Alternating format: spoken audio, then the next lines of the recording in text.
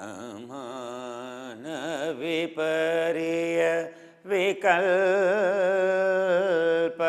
నిద్రాస్మృతయ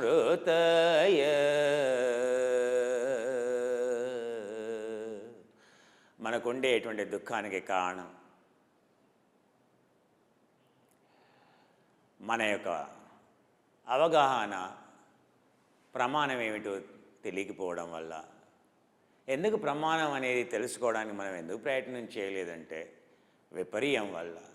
మిథ్యాజ్ఞానం మతద్రూపం ప్రతిష్టాయ విపర్యాయ.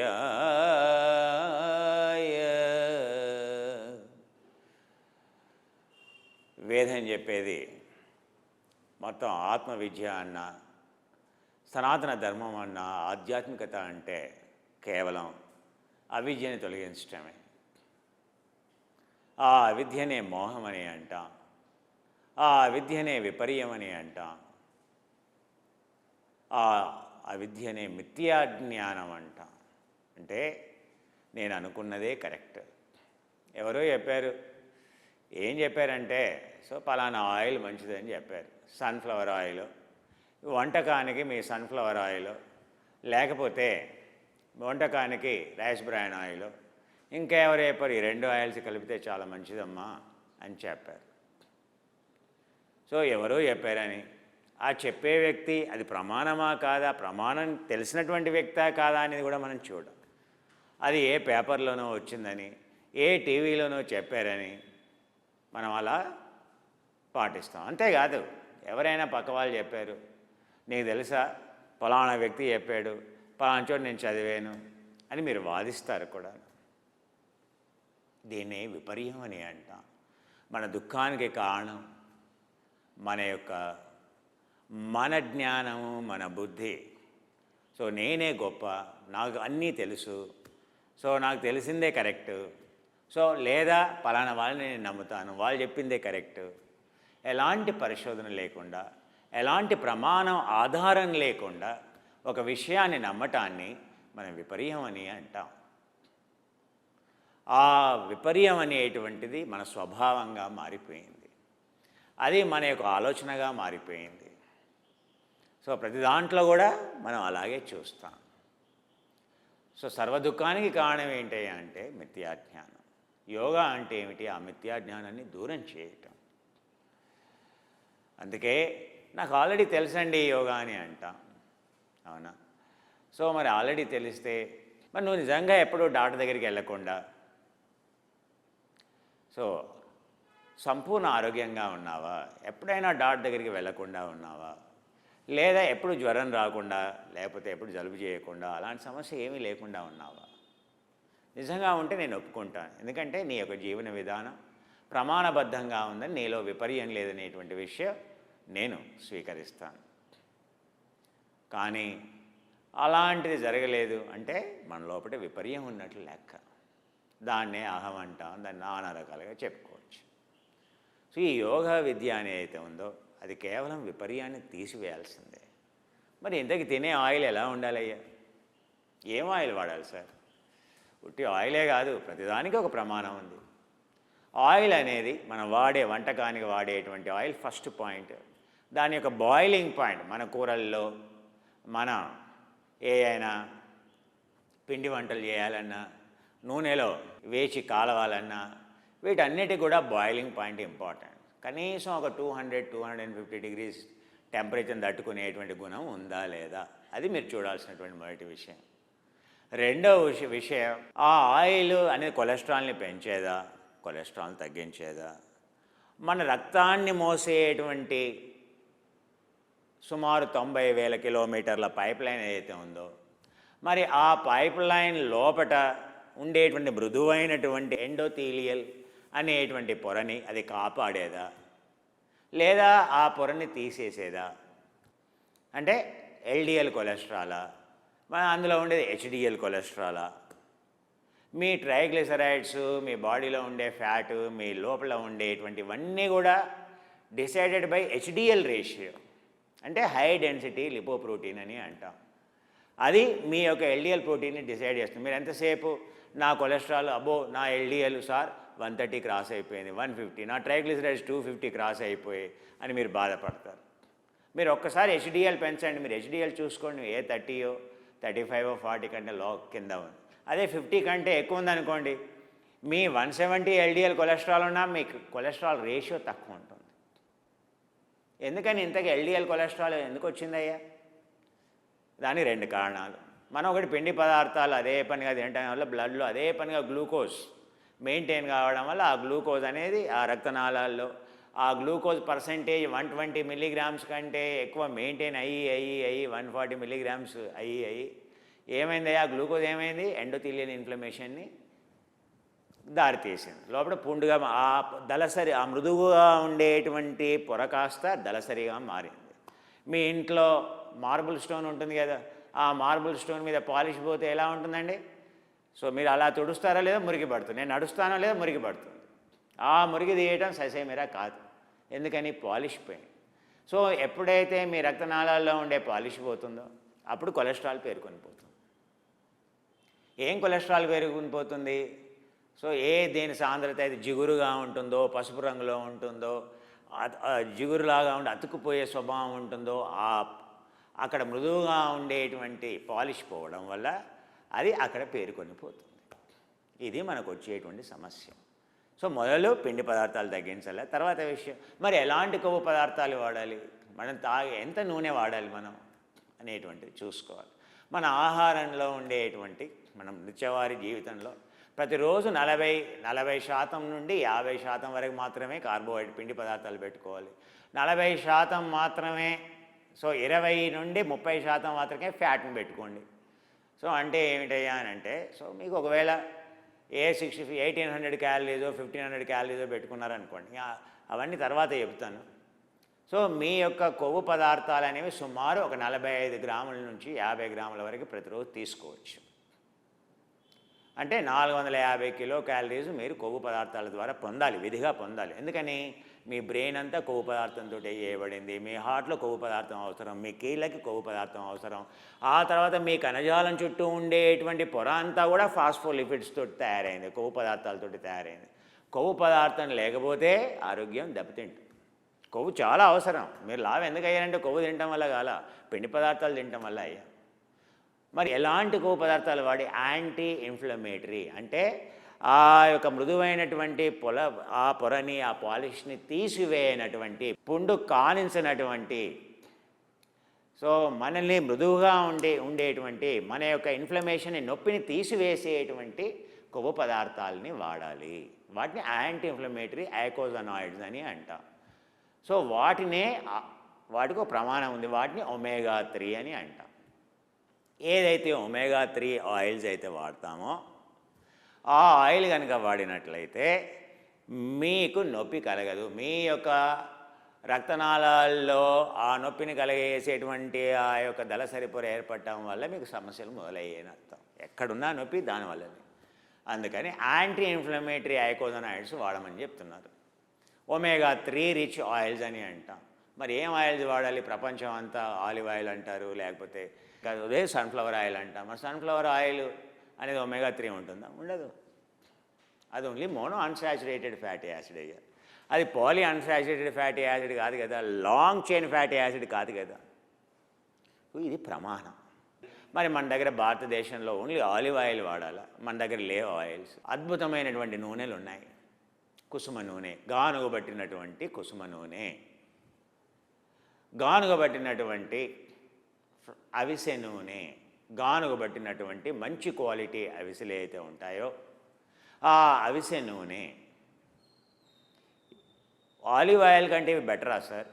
100% better. ఎందుకని? Olive ఆయిల్లో omega 3 ఏదైతే ఉంటుందో కేవలం 1% ఉంటే, ఒమేగా 6 ఏదైతే ఉంటుందో అది 3 రెట్లు ఉంటుంది. కానీ మన యొక్క కుసుమ నూనెలో, సాఫ్లవర్ ఆయిల్లో, దాన్నే కరిదికా తేల్ అని కూడా అంటాం, లేదా మన యొక్క ఫ్లాక్సీడ్ ఆయిల్లో ఒమేగా 3 అనేది 3 రెట్లు ఎక్కువగా ఉంటుంది.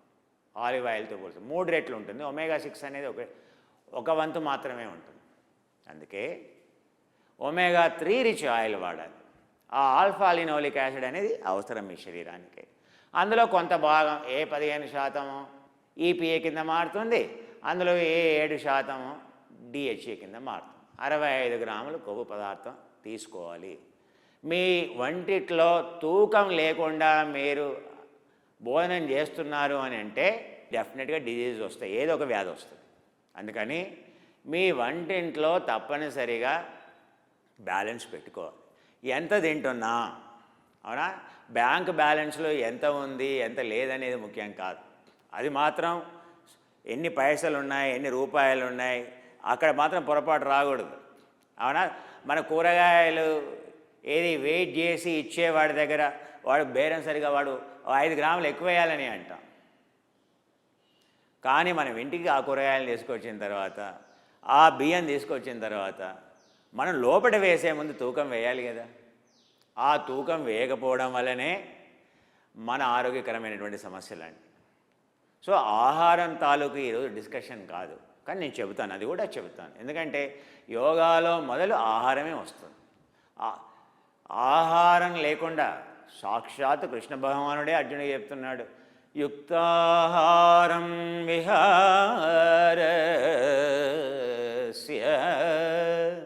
యుక్తాహారం అంటే కంప్లీట్లీ బ్యాలెన్స్డ్ డైట్. నీ ఆహారం సమతుల్యంగా ఉందా లేదా, అన్ని పోషక పదార్థాలతో కూడి ఉందా లేదా, అది ఏ మోతాదులో తీసుకోవాలో ఆ మోతాదులో తీసుకుంటున్నావా లేదా. ఆహారం తినకపోయినా ప్రాబ్లం అని చెప్తున్నాడు కృష్ణ పరమాత్ముడు అర్జునుడికి. ఆహారం ఎక్కువ తిన్నా ప్రాబ్లం అనే చెప్తున్నాడు. మరి ఎంత తినాలి, దాన్ని తూకం వేస్తే కానీ, దాన్ని వేయింగ్ బ్యాలెన్స్లో పెట్టి వెయిట్ చేస్తే కానీ తెలియదు మనకి. అంత నిక్కచ్చిగా ఉండాలి. ఎందుకంటే ఈ శరీరం అనేది కొన్ని కోట్ల విలువ అండి, $5 ట్రిలియన్ విలువ ఈ శరీరం. మరి ఈ వెహికల్కి మనం వేసేటువంటి ఇంధనం, సో ఎలాంటి ఇంధనం వేస్తున్నా, మరి ఈ వెహికల్కి ఏం చేస్తున్నామో చాలా ముఖ్యం కదా. మీ బైక్ గురించి మీరు అంత ఆలోచిస్తారు, మీ కార్లో వేసే పెట్రోల్ గురించి ఆలోచిస్తారు, దాన్ని క్యాలిక్యులేట్ చేస్తారు, ఇది ఎంత మైలేజ్ ఇచ్చింది, ఎన్ని లీటర్లు కన్జ్యూమ్ చేసింది. మీరు క్యాలిక్యులేట్ చేయరండి, మరి ఎన్ని లీటర్లు కన్జ్యూమ్ చేస్తున్నారు, ఎంత తింటున్నారు. ఆ వెహికల్ కాస్ట్ ఎంతండి, ఓ 30 లక్షలు, మా అయితే ఓకే ఓ 30 కోట్లు ఫెరారీ కారు, రిచ్ కార్ అనుకోండి. మరి దీని వాల్యూ ఎంతండి. అంటే ఇది పనికిరాని వెహికల్ అండి. ఈ ప్రపంచాన్ని సృష్టించినటువంటి ఈ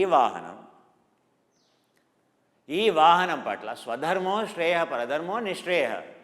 అసలు ఈ ధర్మాన్ని పట్టించుకోకుండా, సో మనం ఇంట్లో ప్రతీది కూడా ఎంత జాగ్రత్త, అబ్బో ఈ వెహికల్ బాగుందా లేదా, అది ఎన్ని కోట్ల దానికి సర్వీసింగ్ చేయాలి, దాంట్లో వేసే గేర్ ఆయిల్ దగ్గర నుండి, ఇంజిన్ ఆయిల్ దగ్గర నుండి, దానికి వేసేటువంటి పెట్రోల్ దగ్గర నుండి. ఏదైనా పెట్రోల్ బంకులో మీకు ఇక్కడ ఈ పెట్రోల్ బంకులో 50 రూపాయలకే పోస్తారయ్యా, ఈ పెట్రోల్ బంకులో 75 రూపాయలు అయ్యా లీటర్కి అని అంటే, నువ్వు 50 రూపాయలు పోసేటువంటి పెట్రోల్ బంక్ వెళ్తావయ్యా, ఏమడుగుతావు మొదలు, నీకు ఏమనుమానం వస్తుంది, అది కల్తీదా, అది నిజంగా శుద్ధమైన పెట్రోల్ అని అడుగుతావు. లేదయ్యా కొంచెం అక్కడ బాగానే ఉంటుంది, ఒక 5% మాత్రమే అందులో కెరోసిన్ కలుపుతాడయ్యా అని చెప్పాడు.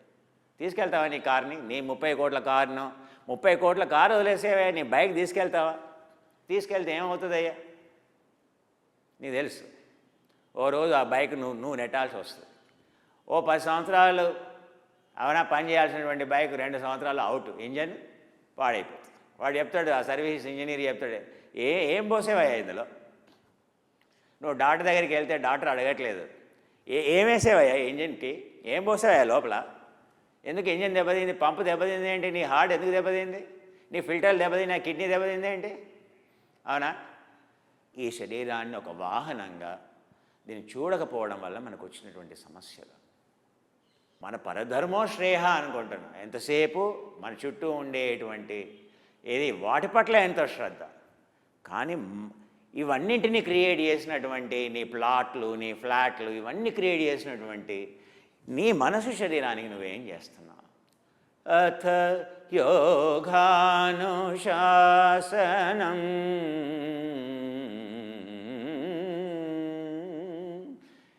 ఏం చేసావు, ఎందుకు దుఃఖం, ఇవన్నీ దుఃఖానికి కారణం కాదయ్యా. దీనికి సేవ చేయకపోవడం వల్ల, దీన్ని వేసేటువంటి ఇంధనం ఈ యొక్క ప్రమాణం తెలియకపోవడం వల్ల దుఃఖం. అందుకే ప్రమాణం తెలుసుకోవాలి. సో ఈరోజు కొన్ని అయిపోయాయి. మరి కుసుమ నూనె వాడదామా? కుసుమ నూనె వాడాలి. మరి ఇంకా బెటర్ ఆయిల్ ఏమైనా ఉందా? ఈ మధ్య కీటోజెనిక్ డైట్, కీటో డైట్ అని అంటున్నారు కదా. కీటో డైట్ వేరు, కీటోజెనిక్ డైట్ వేరు. ఇప్పుడు కీటో డైట్ గురించి మాట్లాడుతున్నాం. కీటో డైట్ అంటే ఏంటయ్యా? మొత్తం పిండి పదార్థాలన్నీ పూర్తిగా మానేసి సో కేవలం నూనె పదార్థాలు. ఏ నూనె పదార్థం దామంటున్నారు? సో ఏమైనా అంటే coconut oil, coconut oil, coconut oil. మరి నిజంగా కోకోనట్ ఆయిల్ అంత గొప్పదా? కోకోనట్ ఆయిల్ తాగకుండా నీ బాడీని కీటోజెనిక్ చేయొచ్చు. లో కార్బోహైడ్రేట్ హై ఫ్యాట్ డైట్ అని ఎప్పటి నుండో ఉందయ్యా. అంటే నువ్వు నీ కార్బోహైడ్రేట్ని సో నీ యొక్క క్యాలరీస్ అయితే ఉంటాయో నీకు 1500 కిలో క్యాలరీలు కావాలి. ఆ 1500 కిలో క్యాలరీలు 20% పిండి పదార్థాల ద్వారా ఇచ్చి 80% మాంసం కృతులు మరియు కొవ్వు ద్వారా ఇస్తే లో కార్బోహైడ్రేట్ హై ఫ్యాట్ డైట్ అయిపోతుంది. అందులో ఎప్పటి నుండో ఏ ఫ్యాట్ వాడాలో కూడా చెప్పారు. సో కొబ్బరి నూనె అంత శ్రేష్టమా? కొబ్బరి నూనె కంటే ఇంకా మంచి ఆయిల్ లేదా? కొబ్బరి నూనె వాసన వస్తుంది కదండి. మన దగ్గర వాడాం కదా కొబ్బరి నూనె. అసలు కొబ్బరి నూనె తాగాలంటే కూడా వాసన వస్తుంది. ఏముంది సార్ లావు తగ్గాలంటే ఎలా ఉంటే ఏంటి సార్, పర్వాలేదు కదా అనుకుంటాం. కొబ్బరి నూనెలో ఉండేది ప్రమాణం తెలుసుకున్నావా ఎప్పుడైనా? అందులో ఉండేది లారిక్ యాసిడ్ అంటారని, అందులో ఉండేది C12 అంటే అందులో కార్బన్ ఐటమ్స్ అనేవి, కార్బన్ అణువులు అనేవి 12 ఉంటాయి అందులో. ఆ 12 ఉండేటువంటి లారిక్ యాసిడ్ నీవు లావు తగ్గడానికి అంత శ్రేష్టమైనది కాదు. సో ఆ లారిక్ యాసిడ్ ఏమంటామంటే మీడియం చైన్ ట్రైగ్లిసరైడ్స్ అని అంటాం. మరి అంతకంటే గొప్పదైన ఏమైనా ఉందా? అదే కొబ్బరి నూనెలో నుండి, అదే పామోలివ్ ఆయిల్లో నుండి ఫ్రాక్షనలైజేషన్ తీసి ఎక్స్ట్రాక్ట్ చేస్తారు. ఏం చేస్తారు? MCT ఆయిల్ అంటారు, మీడియం చైన్ ట్రైగ్లిసరైడ్ ఆయిల్ అని అంటారు. ఆ మీడియం చైన్ ట్రైగ్లిసరైడ్ ఆయిల్ కనుక నువ్వు వాడినట్లయితే అందులో ఏముంటుంది సార్? అందులో C12 ఉండదు. C12 సపరేట్ చేసి C6, C8, C10 అది బ్రెయిన్కి ఆహారం అని అంటారు. ఆ MCT ఆయిల్ అనేది బ్రెయిన్కి ఆహారం అంటారు. మీ లివర్ అనేది ఈజీగా డైజెస్ట్ చేసేస్తుంది. మీ బాడీని ఆటోమేటిక్గా కీటోజెనిక్ చేసేస్తుంది. ఆ తర్వాత ఉదయం 2 టీ స్పూన్లు, మధ్యాహ్నం 2 టీ స్పూన్లు, రాత్రి 2 టీ స్పూన్లు. చాలా లావుగా ఉన్నారు, ఉదయం 2 టేబుల్ స్పూన్లు, మధ్యాహ్నం 2 టేబుల్ స్పూన్లు, రాత్రి 2 టేబుల్ స్పూన్లు. వంటలో అదే వాడుకోవచ్చు. దాని బాయిలింగ్ పాయింట్ చాలా ఎక్కువ. అవునా? వంటలు చక్కగా అది వాడుకోవచ్చు. ప్లస్ ఉదయం 2 టేబుల్ స్పూన్లు, మధ్యాహ్నం 2 టేబుల్ స్పూన్లు, ఈవినింగ్ 2 టేబుల్ స్పూన్లు దాగండి. ఏమవుతుందో చూడండి. ఒక నెల రోజులు దాగి చూడండి ఏమవుతుంది. మీరు లావు తగ్గుతారా? మీ కొవ్వు అలా పోతుందా లేదా చూడండి.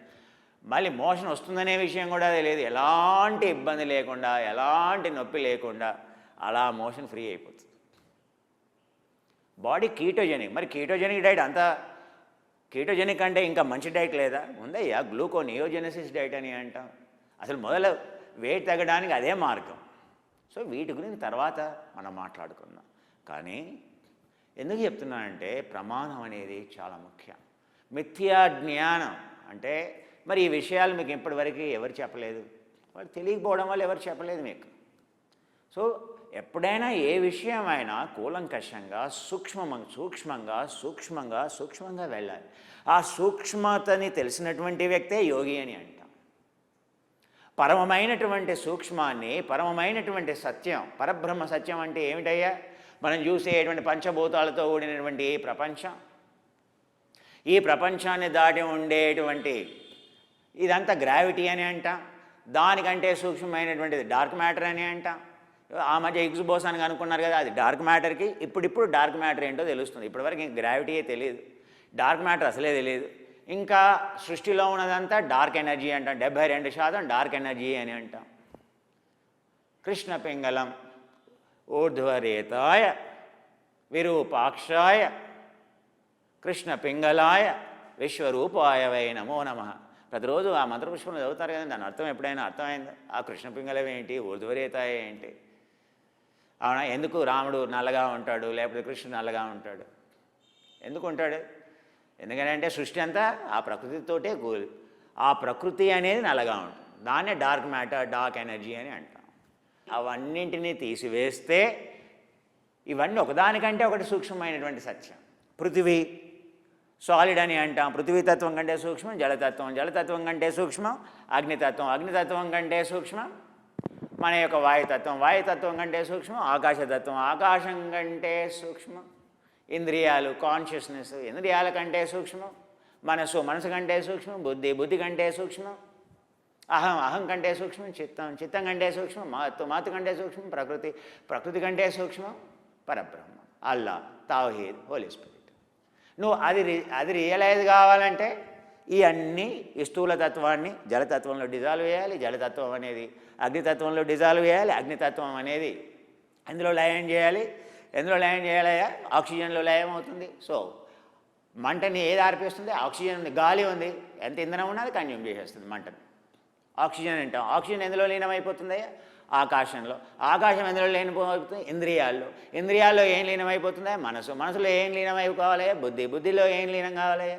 సో అహం దేంట్లో లీనం కావాలయ్యా? చిత్తం దేంట్లో లీనం కావాలయ్యా?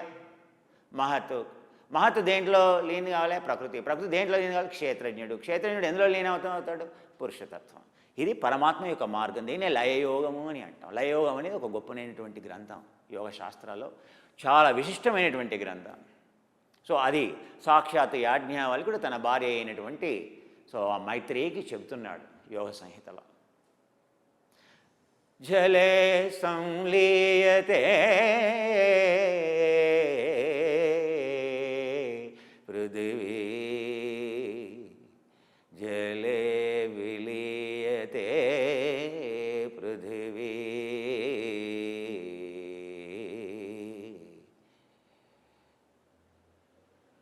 తేజో అగ్నౌ విలీయతే జలౌ. ఈ విధంగా ఉంటుంది ఆ శ్లోకం అంతా. ఎందుకు ఈ విషయం అని అంటే సూక్ష్మత్వం. ఒక యోగి ఏం చూస్తాడా? పరమమైనటువంటి సత్యం.